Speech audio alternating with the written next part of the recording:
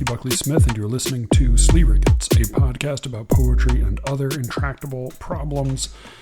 This week we're going to be discussing an intractable problem other than poetry. First, though, I want to do a couple of plugs. I promised a while back that anyone who wrote a review of my book Midlife, now available for Measure Press, there's a link in the show notes, I promised that anybody who wrote a review would get a plug in the show, whether it was good, bad, or otherwise. And there have been a couple of reviews, so I wanted to plug them now. One is by Elijah Blumoff in Literary Matters, and another is by Zara Rabe in New Verse News. No, not New Verse News, New Verse Review. New Verse Review, which is there was a whole to-do about Literary Matters coming to an end. It's a great conversation a few weeks ago with Ryan Wilson, the editor-in-chief of the magazine, along with David Clark, editor of 32 Poems. It's a whole saga. It is worth looking back on if you're not yet familiar.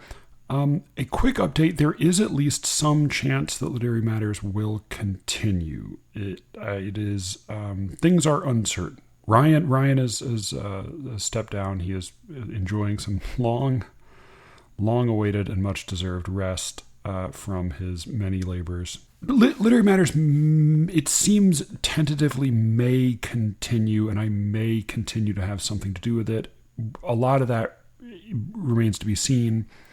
In the meantime, there is a new magazine that is just now popping up. I think they just closed their first submissions window, but New Verse Review, edited by Steve Knepper. I'm pronouncing it the German / Middle English way, Knepper, Knepper or Nepper.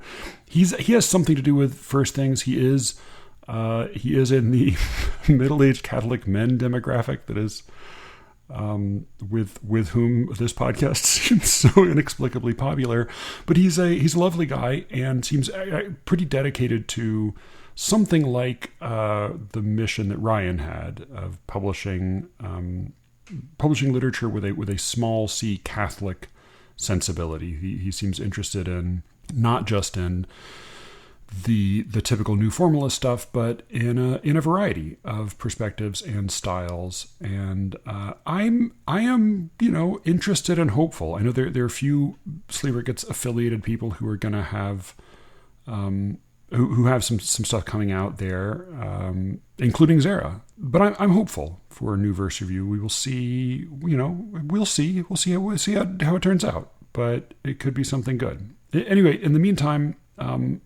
do go check out Elijah's and Zara's reviews of Midlife.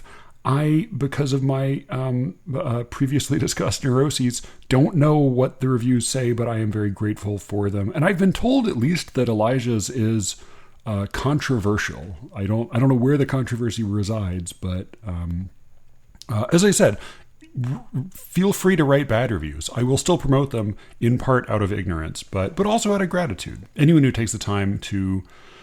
So there was an essay that David Foster Wallace had, years and years ago about the annual porn awards, sort of like the Oscars for porn, and there was a point he made in there that struck a kind of a nerve, and even more so since I've started the podcast.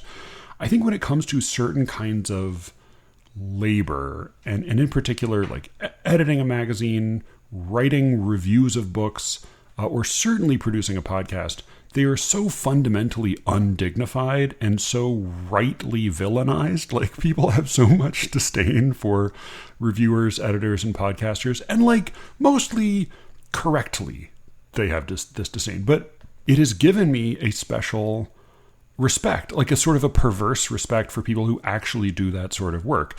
And this is in the Wallace essay, he talks about how they're on the set of a pornographic film, a director who has not himself or herself performed in front of the camera in a piece of porn, like a porn director who has not also been a porn actor, cannot ever really summon the respect of his cast. There is something about making yourself putting yourself on the line in that way that earns the respect of your earns like, I don't know. It's like as you lose respect among most of the population, you gain respect among your colleagues. But I have respect not only for porn actors, but for podcasters, book reviewers, and magazine editors. The world has disdain for you, and maybe deservedly so, but you've earned my respect.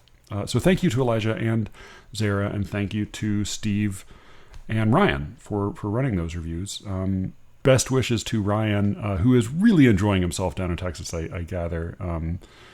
And Godspeed to Steve. Knepper. I'll just continue the tradition of mispronouncing people's names on this podcast. Speaking of which, this week Ryan and I discuss a truly fascinating figure from the world of chess. This is every so often a subject of interest in this podcast. Brian and I are both enthusiastic, bad chess players, and I believe there are at least a handful of semi-decent chess players who listen to the podcast. Certainly, some people who have an interest in chess. So we talk about an essay covering the strange career of Hans Niemann and its sort of current, the uncertainty surrounding it at the moment. We will get into all of that in a moment, but after recording that conversation, I went back and looked up I wanted to find out when the next candidates tournament was, and I realized that we missed a huge story. So we talk about a lot of contemporary chess players. We talk about the World Chess Championship, which is played I think it's every 2 years properly. Maybe it's every year now. I don't know. It used to be every 2 years. And the candidates tournament, which is like the playoffs. Like the candidates tournament is where like the 8 best players in the world other than the world champion all get together to find out who is going to get to play the world champion for the title. So we missed the 2024 candidates tournament. Like it went right by us. And in the process, we missed a huge story. So a number of the chess players that do come up in this conversation also competed in the 2024 candidates tournament, including Jan Nepomniachtchi, Fabiano Caruana, Hikaru Nakamura, and Alireza Firouzja. Magnus Carlsen, the former world champion and still widely considered the best chess player in the world, qualified for the candidates tournament but declined to participate. He just decided not to play because he said he didn't enjoy it. And I kind of understand. He likes playing chess, but the conditions under which the candidates tournament and the World Chess Championship are played are pretty grueling. So he declined to play, and Nijat Abazov played in his place from Azerbaijan. The other competitors I did not already mention were Vidit Gujrathi, Ramesh Babu Pragnananda, and Domaraju Gukesh. So because chess players come from a lot of different countries with very different naming conventions and different conventions concerning which name leads. The current chess world champion, for example, Ding Liren, is Chinese, and so his family name comes first. So chess players often go having idiosyncratic naming conventions. Everybody, for example, calls Magnus Carlsen Magnus, as if he sort of there really isn't a need for a second name in that case. But Domaraju Gukesh, who was only 17 years old during the candidates tournament, he is universally known as Gukesh D, or just Gukesh. So he won the candidates tournament, sort of shockingly, at 17. I believe he is the youngest player ever to win the candidates tournament and to compete for the Chess World Championship. It is pretty astonishing, and he does seem to be maybe a new kind of player. Like we talk during this episode about some different kinds of players, and he is he's an interesting case. It was, by the way, a really exciting tournament. Candidates tournaments are often just a festival of draws. And this one started out that way, but then there was a lot of ups and downs. Gukeshti lost a sort of a humiliating game against Alireza Firouzja, who's also a very young player. I mean, he's 20, but very young, very well respected player from France, much higher ranked than Gukeshti. He flustered Gukeshti and won a game against him early. And as often happens, the final games that sort of ultimately decided the rankings were draws played by other players. But the last game that was really decisive as a kind of an exciting actual victory was one of the very last games Gukesh played in this tournament. It was his second game against Alireza Firouzja. So he had been sort of humiliatingly beaten by Firouzja, and he played him again, and it's a fantastic game to watch. I've watched I went back and watched the taped coverage of it, and then I watched a summary of it by a streaming grandmaster. It's a pretty fascinating game. He initially got into a bad position, or at least sort of a slightly worse position, where Firouzja, despite having the black pieces, pretty quickly equalized and even gained a small advantage.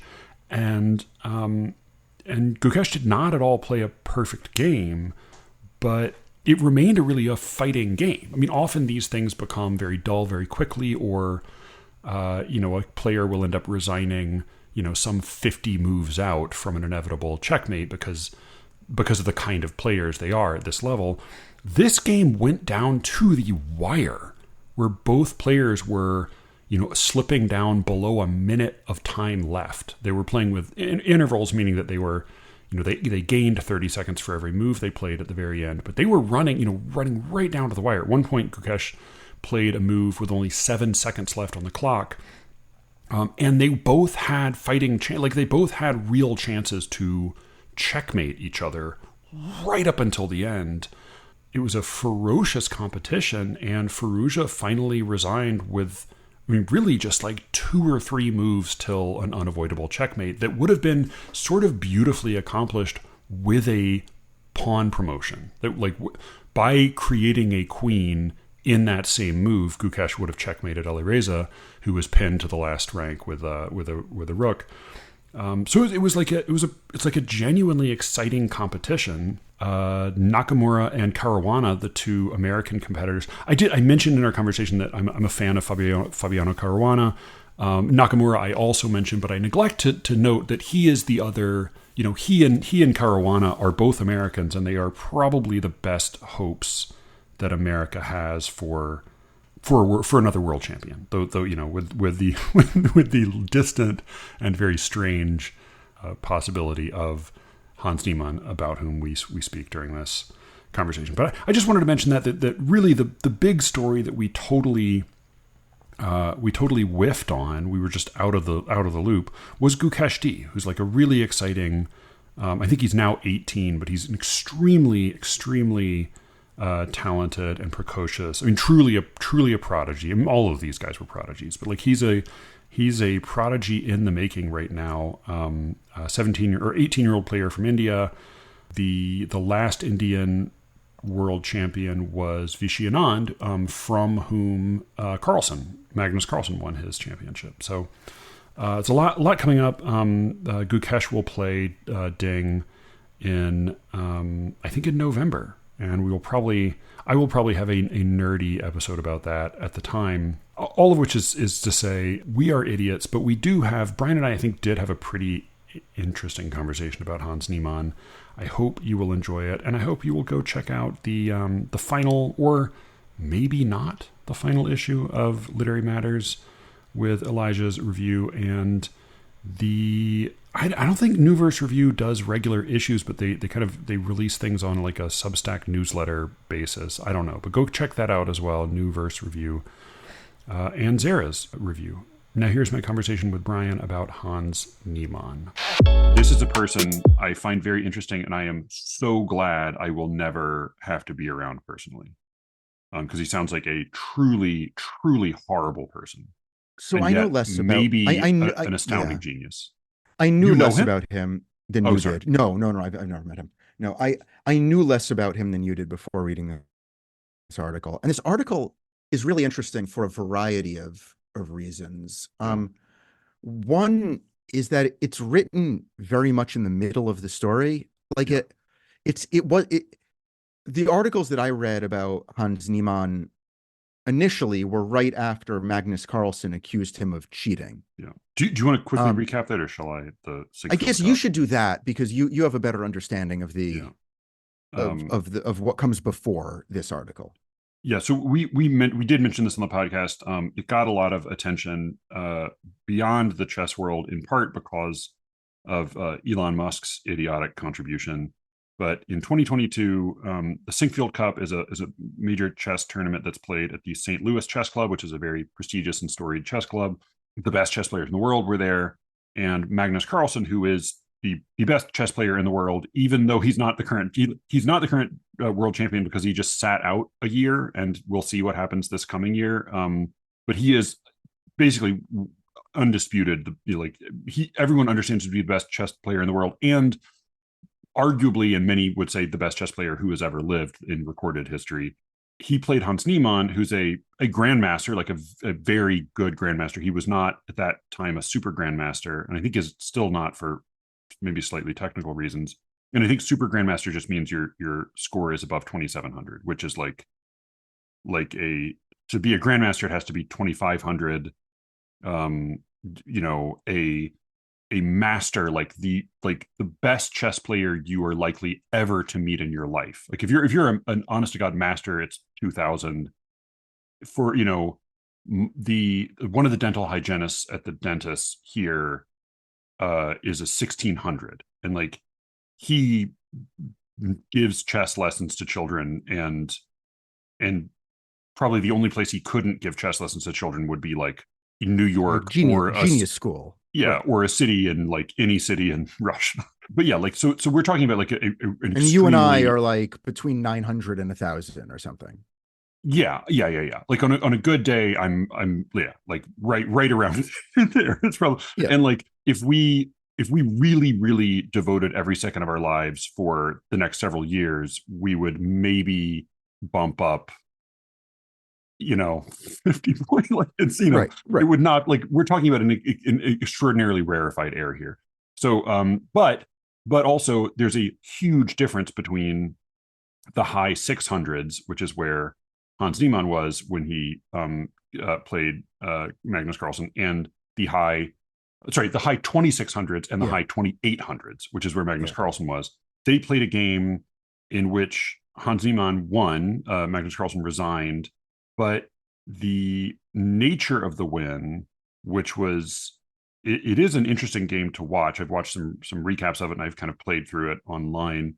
It is it's not especially dramatic, but basically Niemann does to Magnus Carlsen what Magnus Carlsen is famous for doing, which is sort of slowly smothering and chiseling away at your opponent through like very small but deeply precise moves that end up playing out consequentially 10-20 moves later, and so, until And what's his so final position was just complicated, hopeless and right? he resigned. Yeah. And what's I think important to understand about what you're discussing is that in order for those tiny moves to bear fruit, you need to see 20 or 30 or 50 moves in advance and in a and, way and that, even when people talk about like seeing moves in advance, it's slightly deceptive right, because because it's it's not individual moves, no, it's variations of moves. So it's every not move then provide like there's like 50 more moves that are possible after that move. So like the branch right, branches out by 50 right. at every move at every time. So you're having to see that like truly like sometimes like millions of possible moves are in the tree of possibilities. I was trying to think of a good comparison for what this might be like, and I think like I thought of like extremely like elite snipers who were who have to like calculate the wind and take into account like the motion and the curvature of the earth and all of these things when they're taking the shot from a great distance at a moving target. And I think the kind of precision that Niemann, that sort of the article kind of reveals as maybe being something that distinguishes Niemann, it is of a type that like basically it would be like taking one of those insane shots where you have to calculate all these variables, only you set a timer before you set up, like before you leave to go to the location to set up the shot, you set a timer that locks in exactly when the shot's going to be fired. Yeah, that's not bad. I don't know if I can do better, but what's the reason why that analogy isn't perfect is because there's something about you're making a move and there is an effect to that move, a consequence, and then there's not an unlimited number of possibilities after that, but there's a But large number of unfathomably limited. possibilities. Yeah, yeah, Right. And then after each one, it compounds by yep, another unfathomable yeah. number of possibilities, which complicates the conversation because you could imagine a computer that's so powerful that it could really Yeah. run all of those scenarios. But the computer wouldn't be doing it the way that a human brain does it, I think, which is what's No. really interesting about this. So, Yeah, yeah, yeah. Wait. Sorry. I do want to get into intuition, which is like, because I think the real meat of this. But before we do, we should yes. just say what happened, Okay, great. Go which is for it. at the Sinkfield Cup. Niemann beats Carlsen. It is shocking that like it's a huge upset, and it seems to be like it's not a perfect game, but it is an unbelievably clean and precise game from Niemann. And Carlsen is very flustered. He's very upset by it, and he says Niemann was playing very quickly. Like he had a lot more time left on the clock, and he seemed to be playing, Carlsen said, as if he weren't really even paying attention. And so he, without, it's not outright, but it is all but outright. He accuses Niemann of cheating. And this was particularly devastating because he's because of his prominence as a chess player, but I mean, Carlsen's prominence, but also because Niemann had already had a cheating scandal in his past. So he did, and this is where we'll get into a little bit into the story, but like he had some history as a cheater. Basically, as soon as Carlsen said this, almost the entire chess world came down on Niemann's back. Chess.com, which is has an interesting role in the chess world, but is a very, very significant presence. They banned him and effectively co-signed Carlsen's claim that he was a cheater, and it became impossible for him to play at major tournaments. And so like a recurring theme in Niemann's life is that if you are a top level chess player, in order really to advance, in order even to get a higher rating, you have to be able to play with the other best chess players in the world. Like you can do that online, but in order to like in the serious chess, like playing over the board in person with classical timing is sort of where the real numbers count, and you can't advance unless you're also in the room with the very, very best chess players. And so for a year or so, basically, he was banned from all of those rooms except for a few rooms in like the United Arab Emirates, which is sort of you're like, oh, okay, all right. But so that's what happened a year ago. This is a follow-up essay that goes into Niemann's own history as well as following up on that particular scandal.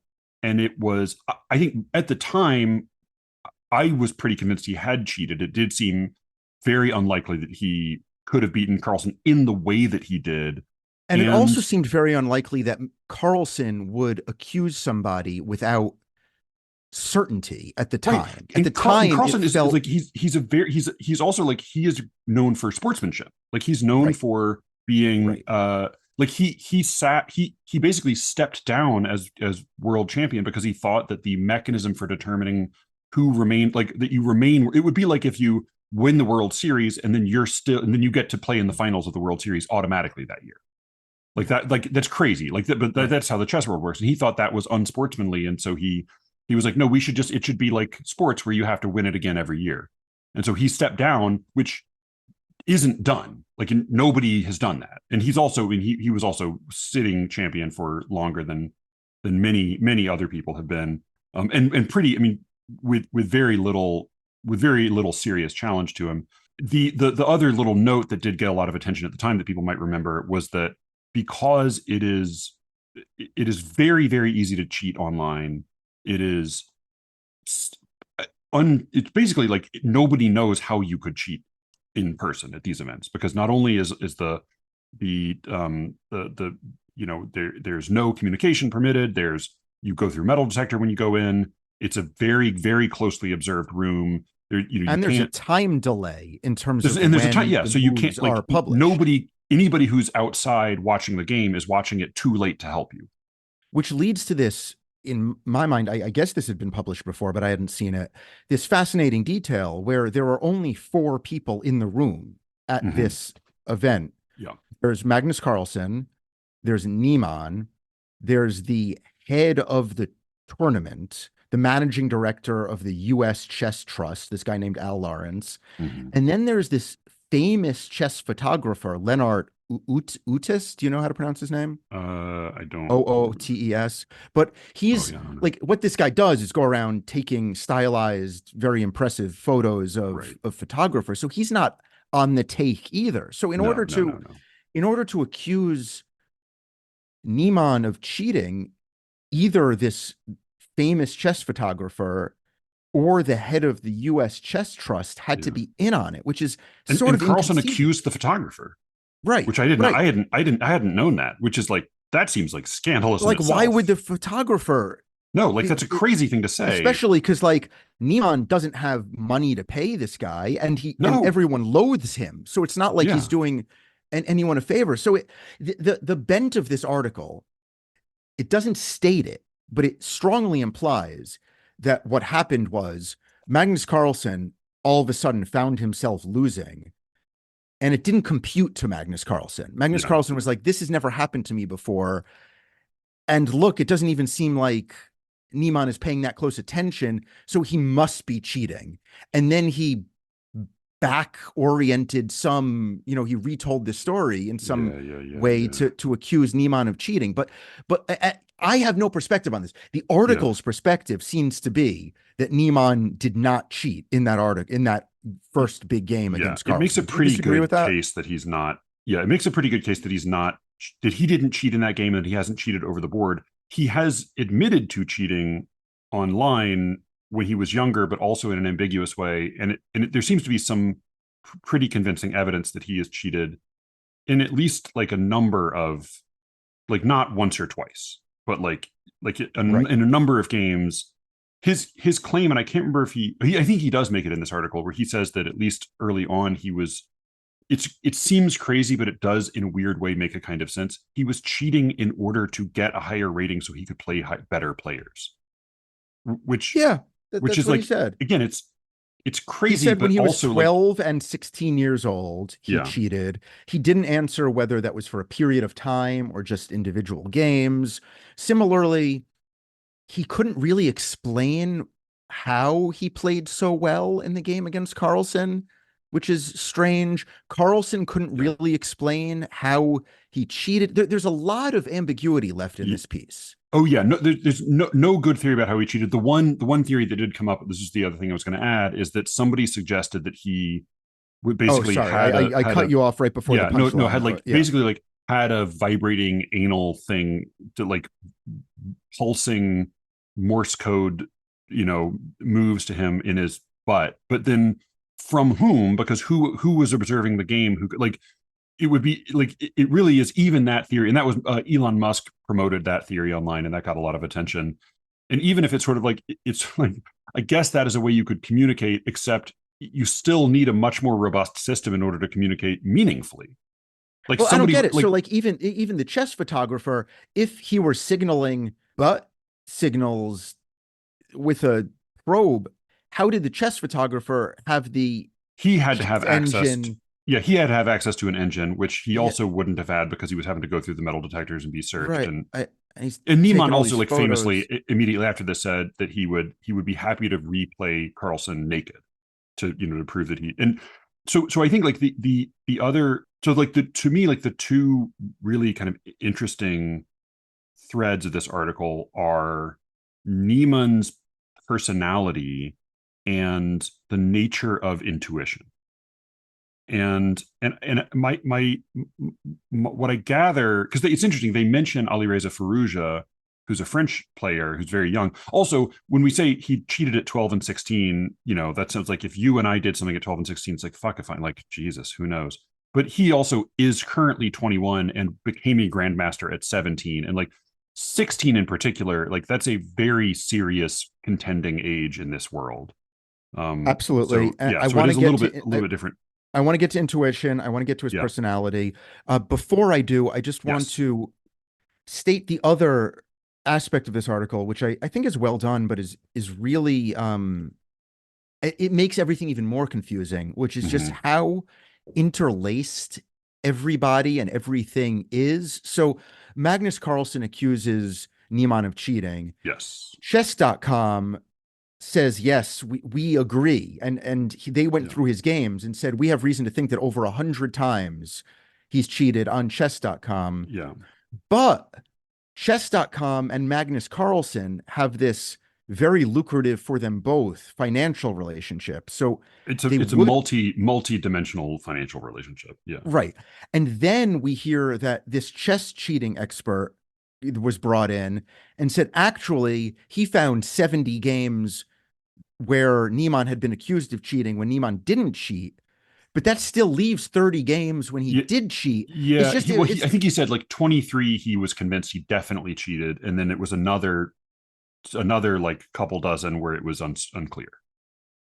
so again, it all sort of leaves you with not knowing what to make of any of this. Like Yes. it's all very confusing. There's no clean evidence, which is why I do credit the author of this piece and New York Magazine for writing it, because they had to write it very carefully. And Yes. I think they did. I think Yeah, that yeah, yeah. they did a good job of just taking a snapshot in time where maybe right after Carlson accused Niemann, it would have been an easier piece to write, because it's like this guy was Yeah. accused of being a cheater is the news. And then Yeah. And my that guess that is article was written many times. a Like, hundred yeah. times, right? Yeah. And I think 10 years from now we'll have a better sense as well, because Niemann Yes. will Will either succeed or prove fail in out or some not. way. Yeah. But right now it's just this, in this moment of time there's all this uncertainty, and the Yeah, article yeah, yeah. does a good job of laying that out. Okay, but now to the two parts that you were interested in. Do you want to hit Yes. personality first, or do you want to hit intuition first? So yeah, I was gonna mention, yeah, I think so. We'll maybe start with personality because it's a bigger and bolder part of the article, and I think it also is maybe more consequential even in that one game. So he mentions Alireza Firouzja, who's a French player. Interestingly, he's currently like ranked number 16. He's one of the best players in the world. He was the player who it was, again, the chess players often speak through implication. Like it is, you know, like when I was first watching like serious chess, televised, I was slightly confused because in like normal parlance, like in normal people's understanding of chess, you would say things like check, checkmate, like I would like to resign, or like let's have a draw. Whereas chess players at this level don't say any of those things. They definitely don't mention check, and they just shake hands. And when they shake hands, it's even understood what they're shaking hands for and who's resigning. Like all of this is so implied, it's so understood, it would be insulting even to say anything. And so they speak with these sort of weird veiled implications. And so even when Magnus Yes. Carlsen accused him of cheating, he never said Niemann cheated, and yet it's understood that that's what he was saying. Similarly, he when he was he beat Jan Nepomniachtchi to retain his world championship title, and then he was asked if he would defend his title again, and he basically said like I don't want to play Jan again if he's the guy, and he was the guy, and so he didn't. But he said in veiled terms basically like I would play if it was Alireza, like if it was Alireza Firouzja, who's this very very young French player who's very good and who sort of is interesting, and he's noted in this piece because when he was very young, chess.com banned him for cheating. And then Danny Rynch, he's the kind of the face of chess.com, and he's the chess whatever. He's the head guy there who's also actually good at chess.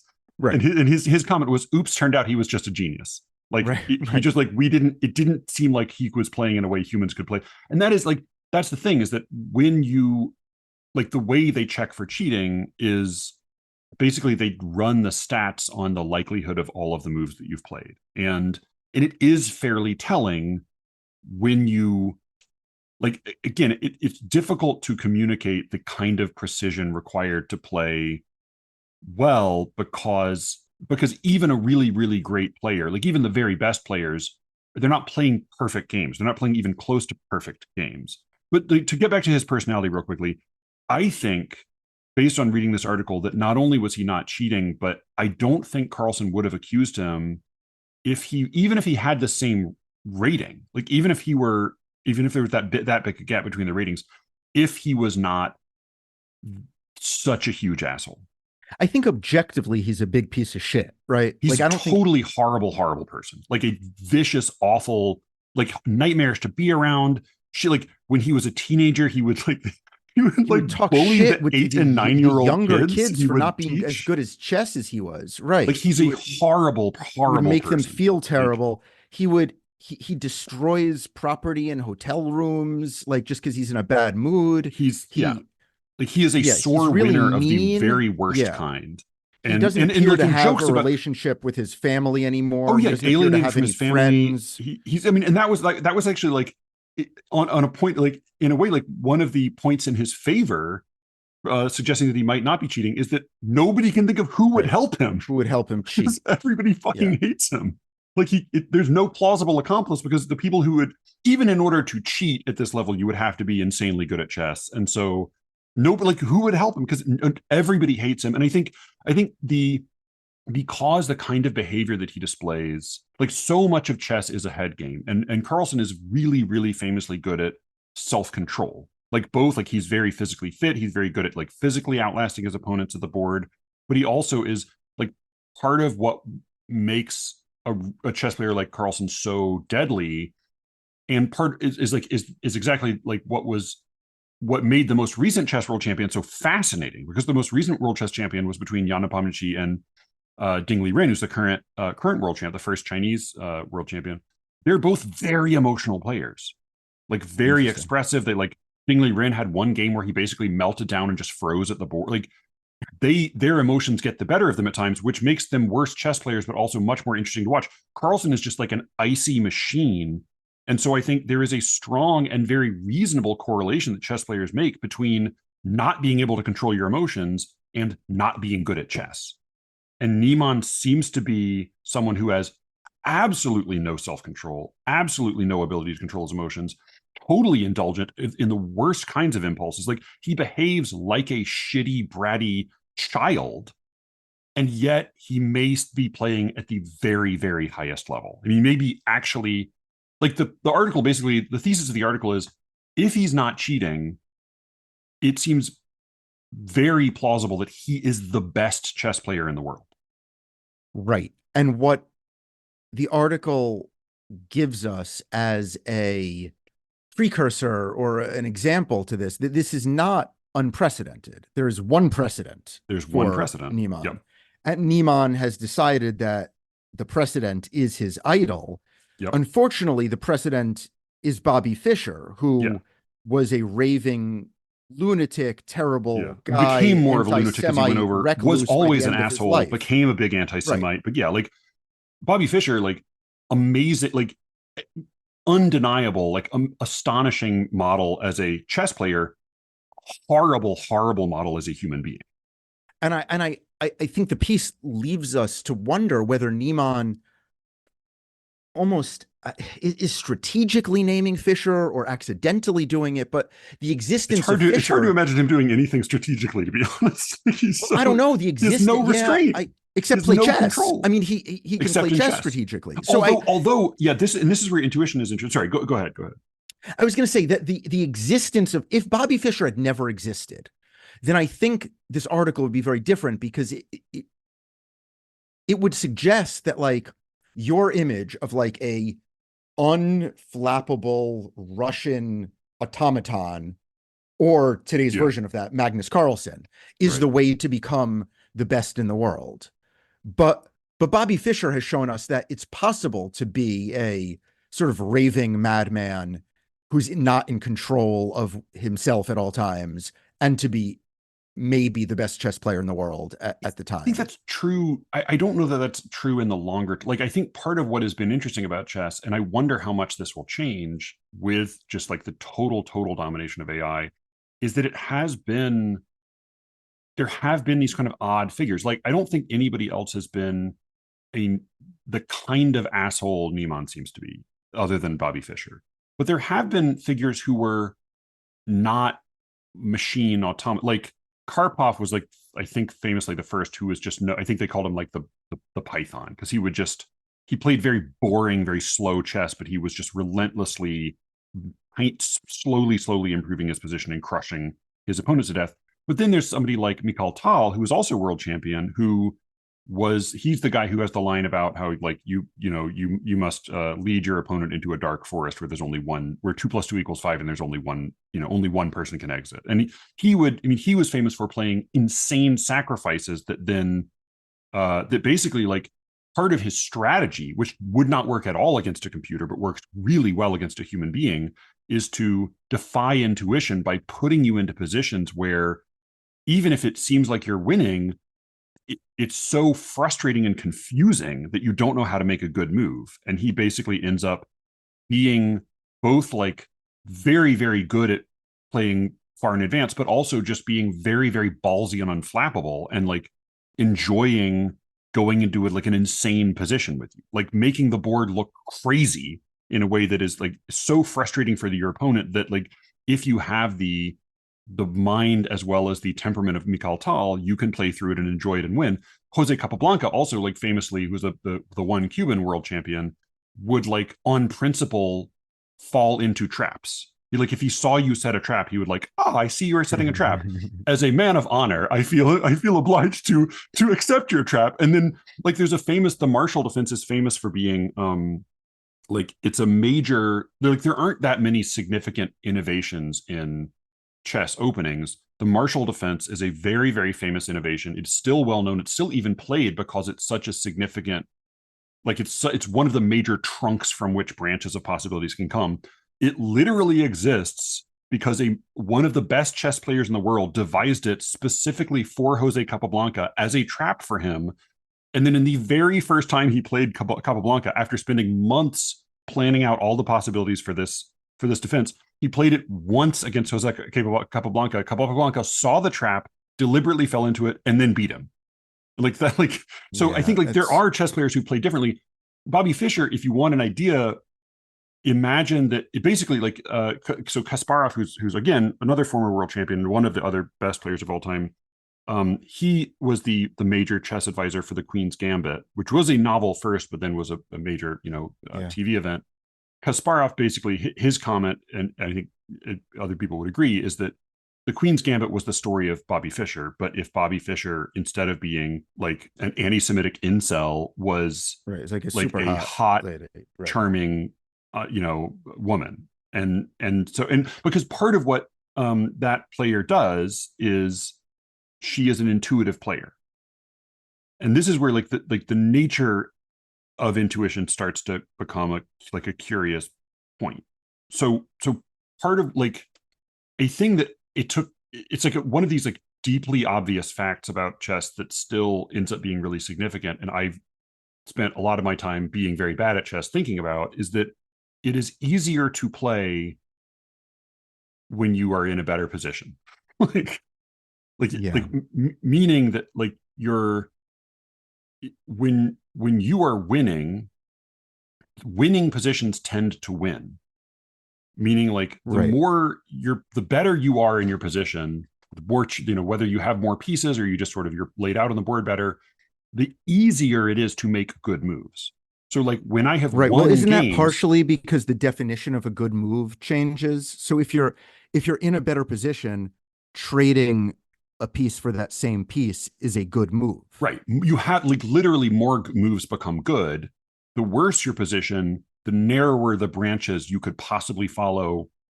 Like, the majority of your moves will become bad moves. And so finding the one good move becomes very difficult. Whereas when you're in a good position, more and more moves are going to be good, and only a few moves are going to be really deadly and terrible for you.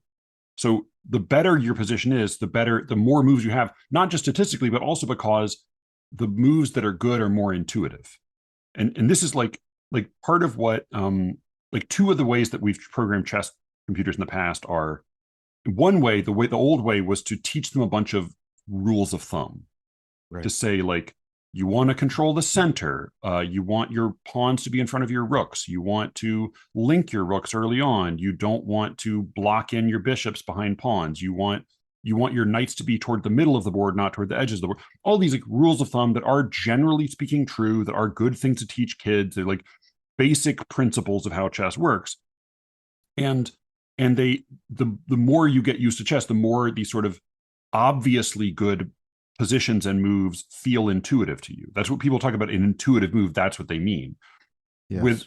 With Alpha Zero, the current best chess engine in the world, I believe, unless it's been beaten now, they didn't teach it any rules of thumb. They just told it to play a gajillion games of chess by itself.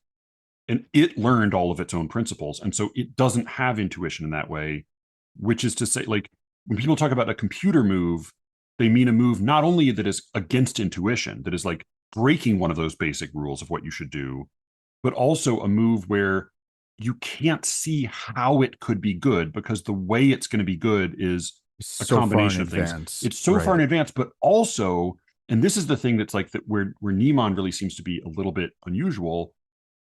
In order to get to the place where it is an advantage, it's not just a matter of making this one good move now. It's a matter of making 10 only moves in a row. Right. Like right. And additional crazy moves also. Right. Additionally, you have to make 10 counterintuitive moves in a row. And if you don't make any of them, if you miss one of them, you're fucked. Like your position is it goes from being winning to terrible. And so like chess lines of attack don't look like human lines of attack because they don't give a shit about intuition. Whereas human players will, it's not, and this is not just because humans are like pussies or stupid. It's because you're working with a human machine and you're like, you have a temperament, you have a body, you want to make your own job easier. You don't have the horsepower to like, you have a certain amount of computation you can do. You can't do maximum computation at every single move. You don't even have the time to do that. And so part of what you want to do is make your job easier by getting yourself into positions where you will be able to make intuitive moves, and those will be good moves. And so what Niemann does that seems to be like what has often ticked off people's red flags and made them think of him as a cheater is that he's making, like, often a chess player will not take, even if like he's calculated that the computer says, oh, really the best move is this weird little pawn move here. He will not make that move because he knows he has to do those 10 only moves in a row. He will take the path where it will make his own job easier.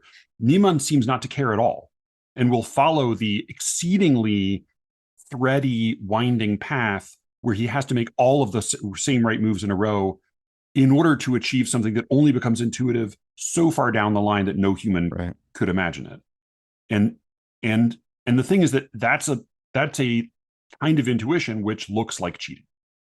And do you think that there is something, a sort of mad genius model? Because I mean, for those of your listeners who have gotten this far, they're interested in chess. They're interested in listening to you talk. They're also interested in poetry and God help do you them. think that there's something about that type of genius that correlates to being a monster, to being just like a really shitty person?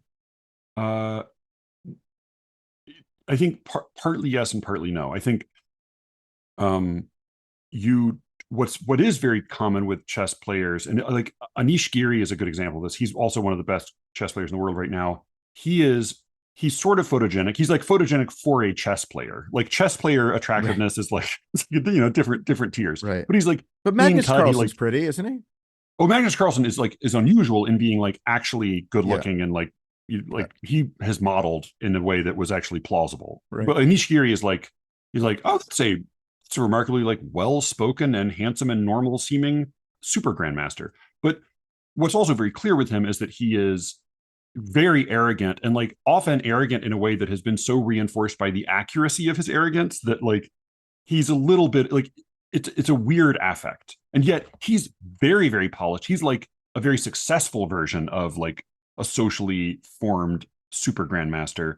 I think if you spend as much time as you have to spend to to cultivate, like, A, you have to have an insanely rare talent to begin with. And B, you have to cultivate it in a way that is so rigorous and demanding that almost nobody can do it. And so that means you're not doing all the other things that other kids are doing to cultivate like social skills. I think that though, then there's like a kind of a, I think working the other direction is that in order then to play at the very highest level, you do have to have some ability to both to like control yourself just so that you don't melt down. And this is where like you actually do need to have some social skills, even if they're only social skills with other super grandmasters, because the very, very best players to get better need to play and work and study with other very, very, very best players.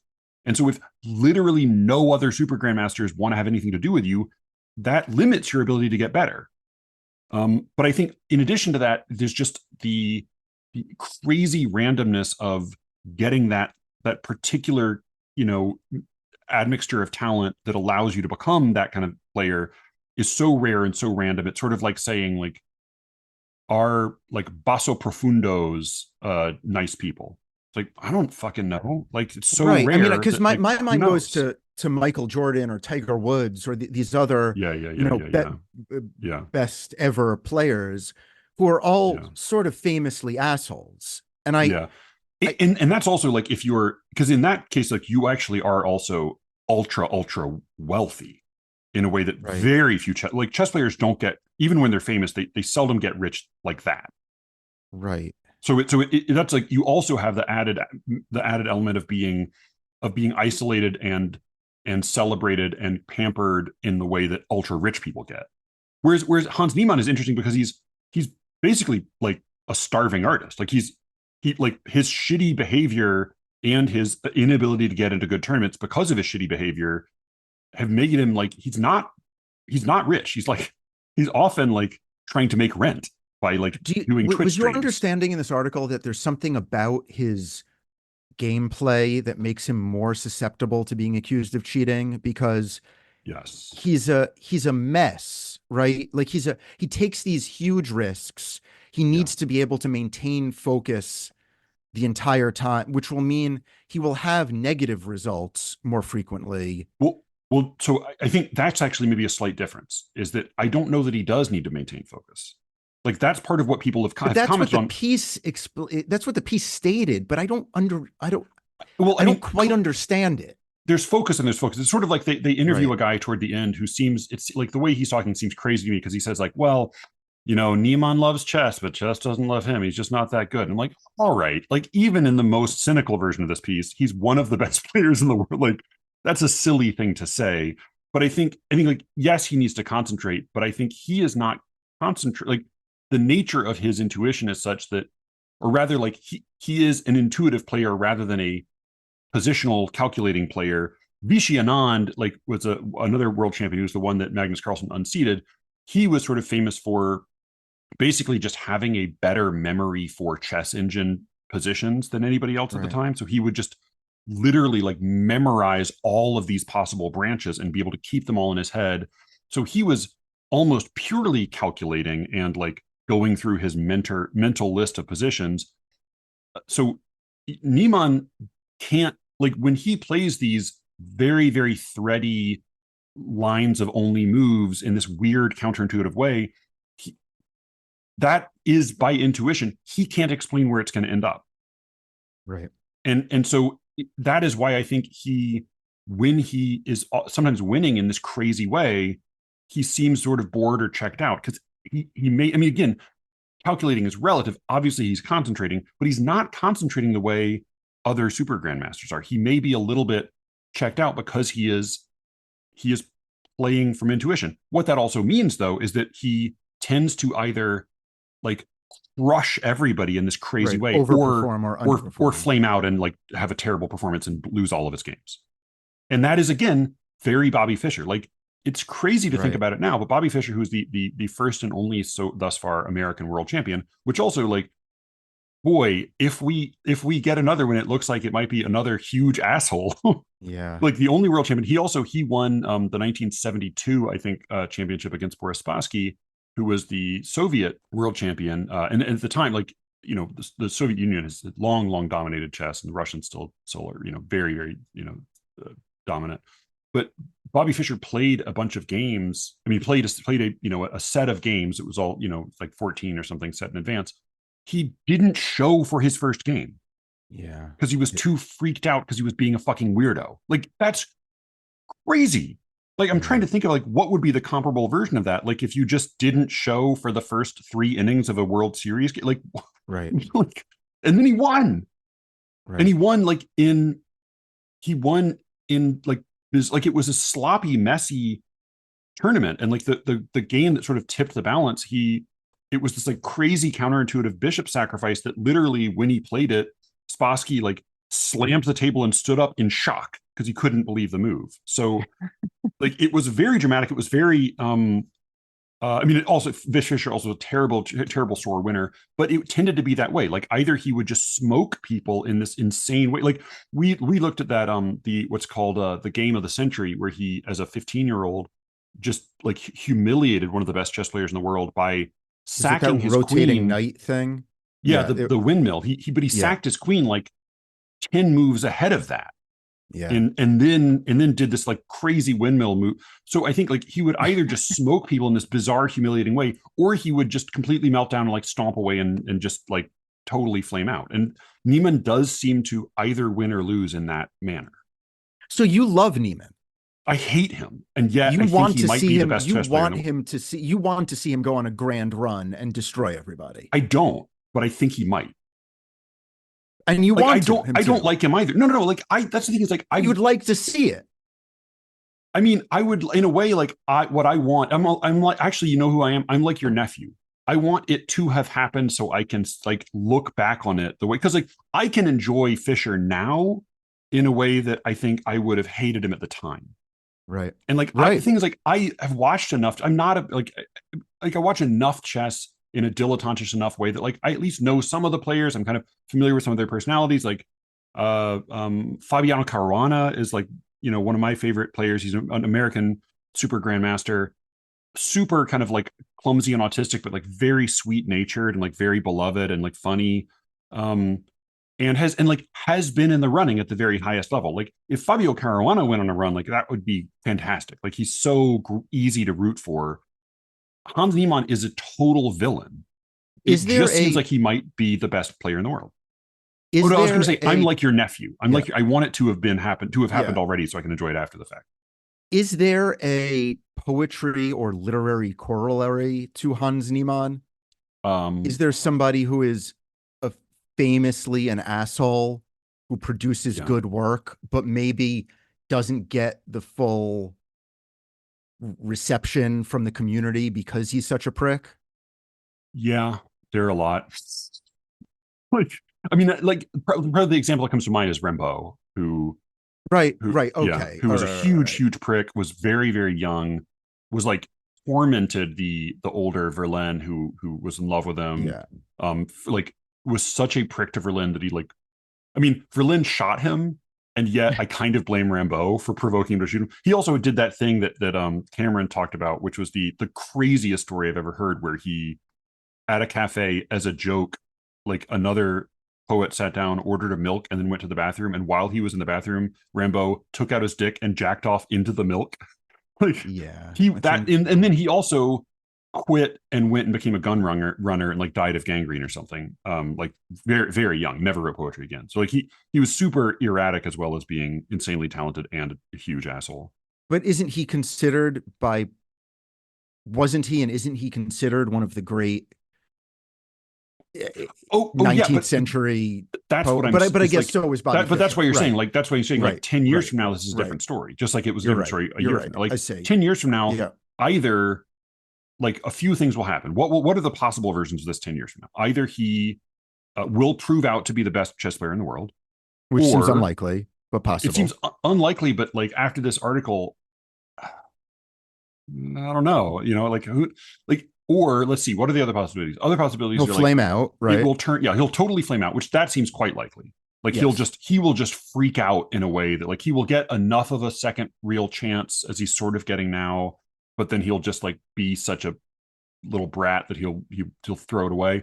Or it'll somehow come out how he's been cheating, which is like over the board cheating, which is at that level well nigh impossible. Or maybe most likely is he will grow, because he's 21 right now. He will grow up So just young. enough. He will have like just a little bit of maturity, just a little bit of softening, and will like probably like I don't know, like maybe like finally get laid and like then like do like a Mikhail Tal who won the world championship and then like partied for a year and then was too drunk and lost it the next year. Like maybe he will like become an alcoholic or like like party too much or like eat too much or just sort of like dick around too much and kind of enjoy like a slightly, because he's living on the edge right now, I like even know. I financially. And I know. think I could imagine him like half flaming out, like turning out to be like not a complete fraud, but also not proving out to be the best player in the world, but just sort of being like, oh, there was a year or two and it looked like Neiman might have made it. Yeah. But yeah, it's a fascinating figure, and yet, yeah, like he would be the second ever American world champion. I like again, I think I made the comment when I was talking about Tony Hoagland's weird like he was working so hard to not write a racist poem, and he still wrote this weird racist poem. But like the thing that baffled me most about that poem was that he was rooting against the American, like he was rooting Right. for the like Swede or the German or whatever, which equals, but like boy, I really feel that possibility in myself. Like I can imagine rooting for almost any country's champion over Hans Niemann because everybody's less of an ass. Like he's so hard to like. Like even when he wins, he's such a bitch about it. It's like I can't. Oh, yeah, I don't. But yeah, it's a fascinating article. There were other thing that I thought was interesting was Yeah. what was her name, Kennedy something Kennedy, Yeah. The Indian, Shernaz Kennedy. I think she's an yes. Indian women's grandmaster, which sounds like a really misogynistic term, but for statistical reasons is meaningful. I mean, is meaningful also because she's like an insanely good player, but like it's not as condescending as it sounds. She talked about a slight interesting development in strategy that I had not Yeah, occurred to I'm me, but looking for totally it. makes sense, which is when you go to tournaments, you learn who the next person you're going to play is, and often you learn about it, and then immediately you're going to play them. And so you have a clock. You're playing. You have like 2 hours on the clock total, or whatever it is. There are different rules for different kinds of games. But basically, what she noticed was that the younger players would show up late. Like the game would start, their clock would be running, and they would show up late. And what became apparent was not that they were being late, they actually were choosing to use their time differently. Because once you sit down at Away the from the table, board. yeah, Yep. once you sit at the table, there's no communication. But before you sit at the table, you can look up anything. And so they would basically burn the first several minutes of their time in order to research their opponent and study all of her most likely lines. And she said, like, she was getting beaten by children because they were burning up their first, 10 minutes researching all of her games. And then they would come in and they would know what she was going to play, which like it was just interesting because I hadn't heard of that as a strategy. And that's like that. My guess is that will now become like a fairly common way that chess players are going to play.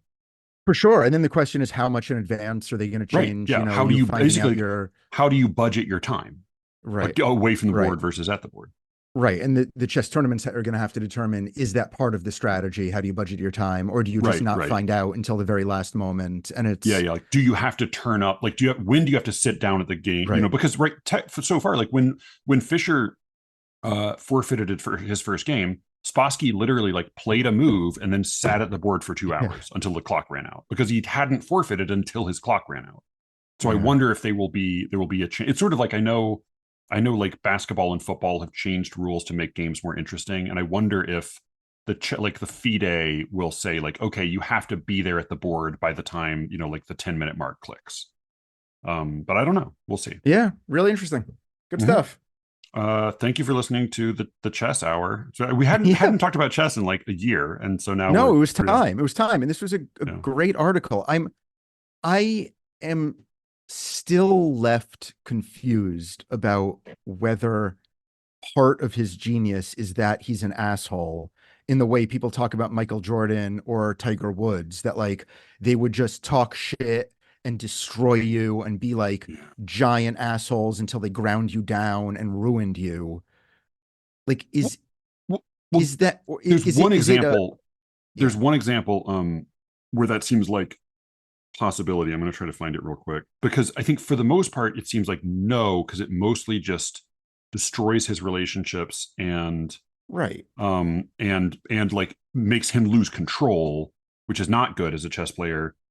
It does seem to make him more watchable on like people on. It made his Twitch stream popular that people would just watch him be a total maniac on the computer instead of sitting there calmly and like speaking in a monotone. Like, I mean, Hikaru Nakamura is like probably the biggest chess streamer in the world, and he is actually fairly charming as chess players go, but he's not throwing tantrums. But there was one example in here where they interviewed another player. I can't find it in the article, but the player basically said, like, because I knew he had a reputation for cheating, I started to Yes. lose my nerve because I imagined, because he seemed bored and not paying attention, and I started to Yes. imagine I was playing against a computer. And if you're playing against a computer as a human in 2024, you cannot win. Like you can't unless you handicap the computer to make it stupid. You cannot even come close to beating a computer. And so if Niemann is cheating and you're playing him and you start to think like, fuck, am I playing Stockfish, which is the name of one of the big, chess Yeah. engines, then like you're just fucked. And so that guy did seem to basically lose because of the psychological element. But that was less because of Niemann's temperament than because of his reputation for cheating. As to be a cheater. No, you're right. You're right. You're right. Yeah, I don't know, but yeah, he is an anomaly in many different dimensions.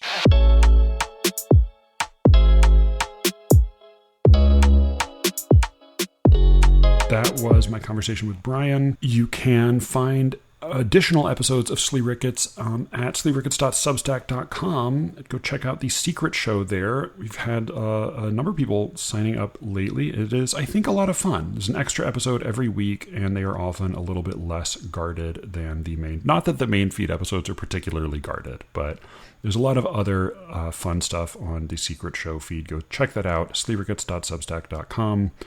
It is not a regular Substack. Again, it is just a supplementary podcast, but I think a pretty fun one. You can reach me with questions, comments, complaints, and hopefully not accusations, or compliments. Compliments I prefer to accusations, at sleerickets@gmail.com.